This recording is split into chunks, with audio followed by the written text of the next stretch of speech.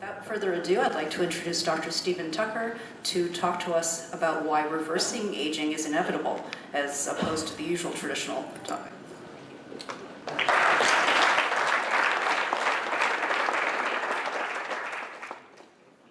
Can everyone hear me? Is it this mic or just here? And then forward and back. I'm good. Thank you for inviting me. Thank you for opening your minds to hear what I'm going to talk about today. I am an internist and an oncologist, but about 5 or 6 years ago, I became deeply, passionately, if not insanely, obsessed with preventing disease. That treating disease one after another, treating what's broken medically, waiting for things to break seems like an illogical approach. And if you want to scale the treatment of cancer or any chronic disease, then you have to think about prevention. Because only scaling prevention will really get us where we want to go. So, anything useful about the future should sound ridiculous. And I think that the statement reversing aging is inevitable. It's not speculative. This is happening and this will happen. And I'll walk you through sort of a defense of this today, actually a somewhat limited defense. I've got 30 minutes and 175 slides. So not the most that I've done in a short time, but we'll see how fast we go. To understand this, I need to give you a little background. I always start out with the same background. We're surrounded by non-communicable diseases. We are not dying of TB, we are not dying of malaria, we are not dying of smallpox anywhere near in the numbers that we used to. We're dying of diabetes and pre-diabetes, of obesity-related disease, of heart attacks and strokes, and cancers. How did we get this way? It's easy. It's what we eat, it's what we drink, it's what we smoke, and it's how we sit on our butts all day long. I'm sure you can describe better to me the problems of sitting in a chair, even designed by Herman Miller, what problems that would be 8 hours a day. This is an image from the US CDC taken off of Flowing Data. It's a beautiful website. It'll show you the current causes of death in the United States. You can see the large purple and red represent cancer, heart disease, and stroke. That's roughly 70% of all deaths in the United States, and approximately the cause of death in developing and developed worlds, men and women. So, how do we get to where I'm going to take you? You have to have some fundamental understandings of some background information that I'm pretty sure from what I've heard about this crowd you'll get. First is, does anyone know the history of chess? Do you know the story of chess? That a traveling mathematician was asked by the king of India to invent a game, and so he made the game chess. And the king was so pleased that he said, I will give this man whatever he wants.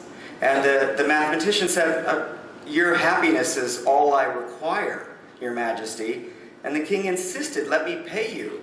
So the mathematician smiled and he said, well, how about you give me a grain of rice for each board, but on each board I'd like you to double the amount of rice. And at that point the king said yes, and then soon he had the mathematician killed, because the amount of rice would be more than pretty much all the rice that has been created in decades and is estimated to be the size of Mount Everest. That's Moore's law in a nutshell. That is exponential growth. And to fully appreciate everything I'm about to tell you, you have to deeply embrace fundamental exponential knowledge. Exponentials mean that 2 plus 4, next is 8. 8 is bigger than 2 and 4 together. 2, 4, 8. 16 is bigger than the sum. The double that is coming is always greater than the sum of all doubles that come before it. And when you think about technological change and how things move on computer chips or the applications of those computer chips, then you begin to understand fundamentals around exponentials. It drives quantified self, the loose-knit group of global communities that are tracking their steps, tracking their sleep, tracking their triathlons, tracking their diabetes, tracking their glaucoma, their blood pressure. How does it all happen now? Because microcomputers are super cheap, because our phones are not phones, but actually supercomputers that have more power than the cliched presidents of past and, so forth. And we all like to share this. All this information goes to the cloud where it's all available. We also live in a world where healthcare, or actually more specifically medical care, is very expensive. And we can no longer afford to treat at the end of life with little value, and we absolutely need to move the curve into a better value-based care. So with that, I'm going to give you what I would call 2 chapters of my book to bring you up to speed into some thinking. We're going to talk about some genetics, and we're going to talk about wearable technology. This says remote sensing. It's a little more fancy way of saying wearable technology. Right now, people know where I am based upon my sensors. We are carrying many sensors. So I'm going to go very quickly. This is sort of a background on wearable tech, and it's almost outdated today.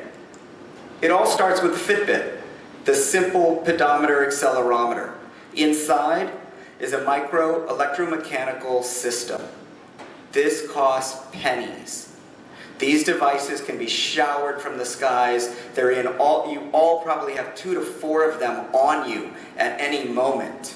And this will tell us in XYZ axes what you're doing at any moment in time. They can be put into the original pedometers. They can be put into the 2nd generation, into the new watches, into the newer watches, into the newer watches, into more watches, into Apple watches. And in fact, this slide says that Apple sold at the end of the year nearly 10 million Apple Watches, 72 million shipped in 2015, estimated 120 for this year, and 214 to be sold in 2017. The amount of wearable sales in dollars rises into the billions. But we can put these devices in our bathrooms. This can be personal care. It doesn't just have to be the number of steps, blood pressure, heart rate, thermometers. We can use them for sleep measurements. We can have them do ultrasonic waves in the room to see my chest go up and down. We can measure the ambient temperature in the room. Why would I want any of these things in my room when I could just buy a bed that actually has the sensor built in? Or how about these brain-computer interfaces, a BCI? How many people are familiar with the idea of a BCI? Anyone? A few? So these are simple EEGs. They can be from 3, 5, up to 14 channels. And the algorithms today, no longer do you have to worry about all those squiggly lines our friends in neurology might or might not understand. But you can use machine learning to not just capture the information, but to quantify it into, as I'll show you at the end of the talk, very specific motions and gestures. These are accelerometers built into hats and helmets. Why? Because you want this in a baseball hat for a truck driver who's going to be driving for 12 hours and experience microsleep. 250,000 accidents a year from microsleep. You can put it in feet. Some of you may know some of these devices or consult with startups around this for dancing and running and various metrics. You can put them into breathalyzers. I like the one in the middle the most because if you blow above the legal limit, it will call Uber for you. Women's health. Women spend the majority of healthcare dollars. One of these is an ultrasensitive thermometer for fertility. One is an ultrasensitive thermometer to monitor pregnancy. And one is a pressure gauge to measure the strength of Kegel exercises. Asthma is completely digital, or can be, from your watch to a Bluetooth GPS-based MDI device. You might realize that you use more Ventolin near a factory than you might use at a weekend in the woods, or vice versa.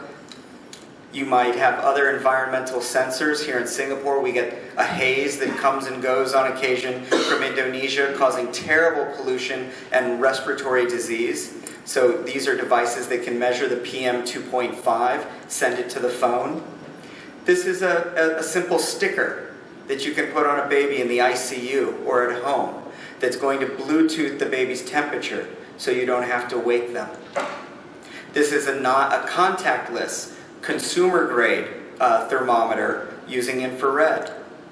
This is a Bluetooth-enabled EpiPen, because if my daughter gets peanuts and has to use the EpiPen, I would want to know. These are continuous glucose monitors. So continuous glucose monitoring is going to change the world, because now you will get an immediate feedback loop as to what happens when you have a second glass of wine, when you have your second order of chicken rice in Singapore. You will see your blood sugar spike immediately. This is what it looks like when you wear it without the insulin pump. But why should I even bother when I could put it on an Apple Watch and I could directly transmit in real time, which I've done, and been able to see the impact of what I eat on my blood sugar, or the impact of my training. When I go out for a long bike ride, I don't have to fuel based upon my experience. I can fuel based upon what is my actual blood sugar. You might have seen this in the news recently. So Google has long partnered with Novartis to make a contact lens to measure blood sugar indirectly through tears. This is a variation on that, where they're now talking about removing the lens and injecting microelectronics into the vitreous. Cardiology. I've used the device in the center many times on the plane and in the office to identify atrial fibrillation. The device costs $75. It can send to a board-certified cardiologist, in about 20 minutes and get me a report. All of these other devices are really changing clinical trials. So when I have someone on a drug study and I want to know about their heart rhythms, I can slap an iRhythm or a Metria on them and see what they're doing 24/7 for 7 days or 10 days straight, even while they swim and shower. This is one of many attempts at a tricorder, just like from Star Trek. You hold the device to your forehead. It can measure oxygen, heart rate, blood pressure. How many of you have seen cutaneous measurement of blood pressure? And so that can be done, goes to the app, and I get all those vitals. And here's the thing. Years ago, I used to show a picture of a vital sign, cart that we would have in the hospital. We don't necessarily like when patients give us their step data. We don't necessarily like when they tell us how many times a day they sneeze. But we can't refuse vital signs. That's a domain that we have to own. And if this is an FDA-approved device, how can you refuse your patient's continuous monitoring of vital signs when a machine learning algorithm says something's abnormal? Why bother with any devices? How about a biostamp? This always reminds me to tell you, I'm not going to show you anything that doesn't exist. This is not pie in the sky. This is really important. It's all available today. And so your patients are using it. Your colleagues are using it. Your older colleagues and your younger colleagues. So I wouldn't use ageism as a divider about who's adopting technology. But these kinds of biostamps can be self-generating power, have Bluetooth, they can measure oxygen, heart rate, send near-field communications, measure electrolytes and glucose.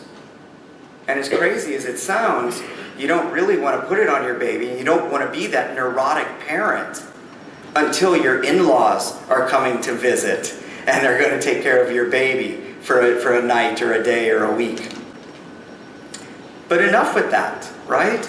Enough with all these new devices, and you'll hear a lot of people say, I don't want a dedicated smartwatch or a fitness tracker. I personally would like to wear the watch my father gave me, but I'm still going to wear clothing. And the apparel market is actually the next frontier of wearable tech. And increasingly, clothing that has embedded fibers, that has haptic response, that has accelerometers in it, are going to be available in a very mainstream way. Think The Gap, think Uniqlo, and it's already at, say, Fashion Week in New York. The Ralph Lauren line has incorporated wearable tech for a couple of years. The yoga industry has it. Basketball, baseball, all have this. And it's just coming downstream to more reasonable priced points for consumers. Let's go back to one piece of old tech. How about just glasses? And I'm not talking about Google Glass. I'm not talking about VR or AR or HR. Do you know what HR is? Holographic reality. So virtual, augmented, all of those are coming. But how about just glasses, right? I see a lot of glasses. You're going to wear your glasses. These glasses, however, from VSP, Vision Service Plan, have embedded technology. They have everything that a pedometer and accelerometer has. These glasses Bluetooth to your phone, and it doesn't change anything about what you do. You could give these glasses to your parents, and you could see how often they take them on and off, how far they walk, where they go. So that's sort of a really brief and fast overview of wearable tech. And it seems out of place from where I'm going to go next, but remember that, and remember that tracking. So I've got 12 minutes. I got to go. I see the clock now. So let's talk about DNA for a minute. Okay, DNA is not a test. It's a resource. All right? DNA is not your destiny. We're not living in a science fiction movie. Although if you look across the street, we have pretty cool stuff, you know, around this area. I do feel like I'm living in the future here in Singapore. DNA is potential. That's what it is. DNA is your potential. It's like knowing how to play cards. It's knowing when to fold. It's knowing when to double down and how to win in adversity. People think of DNA as a map that helps you with ancestry or disease or pharmacogenomics. But how about DNA as a resource to tell you what creams and makeups to buy, how to exercise, or what food might be better or worse for you? DNA interacts with our environment. So it is a nature-nurture proposition. But sometimes you've got genetics are going to be more heavy-handed. So historically, we know that something like the BRCA gene imparts an 84% lifetime risk of breast cancer. That's, to me, a 16% chance of not getting breast cancer. But we know that we don't even need to test those individuals. They come from families with lots of cancer, families with a striking pedigree, something like this, where 5 cancers in a young person, or well-described pedigrees like hereditary breast and ovarian cancer. So these are well-known genes. They're up high on this graph. Low frequency, high penetrance. But what about some of these newer genes that go between 2 and 6% of the population with a quarter to half the lifetime risk? Or breast cancer risk modifying genes that might have a gene-gene interaction. This leads me to say that evidence-based medicine, as we've previously defined it, is dead. Evidence-based medicine as a clinical trial of 1,000 people compared to 1,000 people is going to die. If you're interested in moving the averages and not in looking at exceptional responders, then you can stay with the traditional model. But I think that we're moving into a more personalized model that describes precision medicine and the long tail. This is how Amazon makes their money.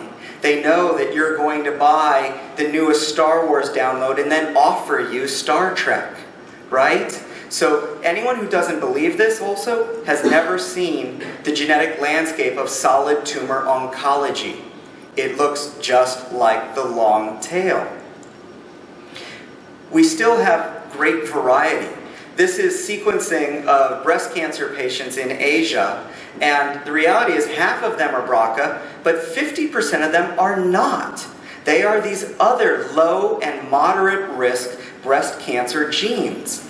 And so when I look at a pedigree like this of one of my own patients whose mother and aunt died of breast cancer, whose other auntie is living through breast cancer, whose grandmother died early of breast cancer, and when the patient was told that her lump was probably not cancerous because no one in her family has BRCA, because they had been tested, I said, no, she came to see me, it was cancer, we sequenced her, she has BRIP, B-R-I-P. a BRIP1 mutation. BRIP stands for BRCA-related interacting protein. So if BRCA is the editor, BRIP is the pen and the eraser. So all of these genes now are making it easier for us to identify or risk stratify individuals on a unique biological basis. So we have articles on genomic sequencing and personalized prevention, the new era in prevention, breast cancer and prevention, prediction of breast cancer risk based on variants, genome-wide association, 120,000 people, inherited risk in Asians, okay? Now we use genetic risk score. If you're not Angelina Jolie, if you don't come from an obvious family, we can begin to stratify risk based upon a polygenic risk score. I tried to come up with some of this for your domains. Very few in osteoporosis and some questions there, but I definitely was looking at that in preparation for this talk. Because it's not just breast cancer that we can do this, it's heart disease. And it's diabetes. We are not all equal. We are equally unique. And that's a message that you have to take home when you understand personalized medicine or personalized health. So that was part 2. I have 8 minutes left and probably 100 slides. We've got digital behaviors and digital biology. Let me give you a little more biology. Without diving into it, the microbiome is the collective noun for all the bacteria in and on your body, and it has a strong relationship to your disease or health state.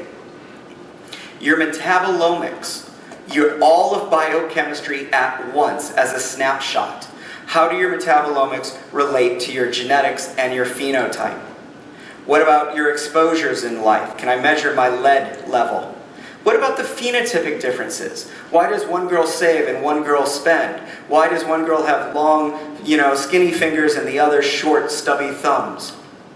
And can we pull all of the data out of these EMRs and EHRs with machine learning to also learn?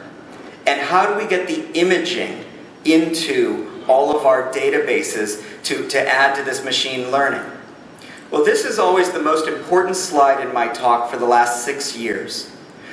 On the left is a GIS, a Geographical Information System. It's intuitive today because it's how Google makes a map. You could turn on one layer and turn off another. Well, this is what I would do in biology. I can now take the unique genome, the microbiome, all of these omes, and sort them to create the unique biological entity that each one of us is, okay? But that's not all the data. That's just part of it. Because if I had a choice, I would rather know where you spend your money, and what you spend it on and where and with who, than what your blood test is. I can predict diabetes from your spending much easier than a hemoglobin A1C test. Your social media activity, your online activity, which is redundant because all of your activity is online. Everyone is online all the time. It takes great effort to be offline. It's nearly impossible, but it defines you as a unique fingerprint. How about what you buy? Where do you go? Who do you hang out with? Who do you hang out with after dark? Okay? So these behaviors are all digital. And they will give me the same kind of fingerprint of a different set of domains that will identify your health or illness status. So here's the trick. Add them together. And it's never been easier because biology is now digital, behavior is now digital, and to me, that adds up to health. How do I do it? Well, we need a little machine learning, okay? We need some fancy computers and some computer scientists and mathematicians. But we actually we have plenty of that. I was going to say we don't have a dearth of that right now. We've got lots and lots and lots of companies that are doing machine learning, artificial intelligence, and putting this information into practical systems, whether it's Cortana or Siri or Viv. So it is the end of average. We are no longer average. It's not the standard that we grew up with. It's the N of 1. And again, redundant. If you don't believe it's the long tail, you've never looked at disease in a very genetic way. So how do I pull this back to aging? Reversing aging is inevitable. Okay? So it's not speculative, it's happening. Here's the data. National Geographic says this baby will live to 120. Time magazine says 140. There's a 2-year span in those magazines, but it's a pretty good increase. This is life expectancy going back to 1820, developed and developing. We keep going forward. We will triple the number of 80-year-olds in the United States. I don't think we have to ask our Japanese colleagues here about the number of elderly in Japan and how they're being managed and the risks and concerns to society. Look at North America. We get 3 months per year since 1900. The last 120 years, despite the Spanish flu, and despite antibiotics, despite world wars, and Facebook, we keep getting 3 months per year, going from an average age of 48 to an average age of 78 of death. And more slides that show you that centenarians are increasing in number. This shows you that the longevity gap is increasing across socioeconomic spectrums in men. No matter how rich or poor, smart or illiterate, men keep gaining. Sadly, women, uneducated, illiterate, poor socioeconomic, are actually losing ground. Single most important thing you can do is teach girls to read. That's the way out. So again, I go back to this chart that shows you, look at that, there's this huge gap, sort of around 50 to 90, where it's like a manhole that 70% of us are falling into, that this is a preventable mistake. Look at my centenarians. Now, the centenarians have increased faster than any demographic group in the United States. They've increased by 40%. Get this. Look where I put the arrow. The death rate for people over 100 is declining since 2008. Old people are living longer and longer. Okay? So there's a 14% decline in the death rate for centenarians. They are not dying from heart disease and cancer anywhere near the rates they used to. They're dying from Alzheimer's. They're dying from accidents. And they're dying from, I'm sorry, what's the other one there? Is from hypertension. But really, they have escaped and walked around the manhole that 70% of the population falls into, which is a combination of choice. What we eat, what we do, how we sleep, how we move. So aging is a solvable problem. It's a modifiable problem. Elizabeth Blackburn got the Nobel Prize for telomeres, which may or may not be related to aging. But she says this is fixable. And we need to because of the cost, but imagine if we do. Okay? What if I really do live to 120? What if my daughter, who's 17 and 16 respectively, if my daughters live to 140? They might rethink when they go to school. They might rethink when they get married. They might rethink when they have kids, if they have kids. They might rethink what is the meaning of health insurance and life insurance, or what is equality when you think about people who are uneducated and not able to take part in longevity. And what about your own personal retirement? Because I love this quote, you cannot finance 30 years of retirement by only working for 40 years. It's not gonna work. So, to make it all work, we need new models. This is Jaws. It's when he's seeing the shark behind him. He says, you're gonna need a bigger boat? Well, I say you need a new model. A bigger, better model. Not a model of medicine, but a model of health. So, there's plenty of people thinking about this on magazine covers, right? And there are companies. This is Human Longevity Incorporated in San Diego, started by J. Craig Venter, a man who also sequenced the first human genome and created synthetic biology and the first synthetic, microbes. He believes that aging needs to be cured. This is Araval, Lee Hood, who invented sequencing, synthesizing DNA, one of the few people who's in the Institute of Medicine, Science, and Engineering. He believes that through science we achieve wellness. And verily, Google Alphabet's attempt at wellness and defining the future. And more companies, and more companies, and more companies, all aiming at defining health, maintaining health, achieving health, and avoiding that very expensive disease. So, I'm pretty much at the end. I think I'm 1 minute over. I love this slide. I've used it for many, many years. And everybody gets nostalgic when they see that camera. I had that camera.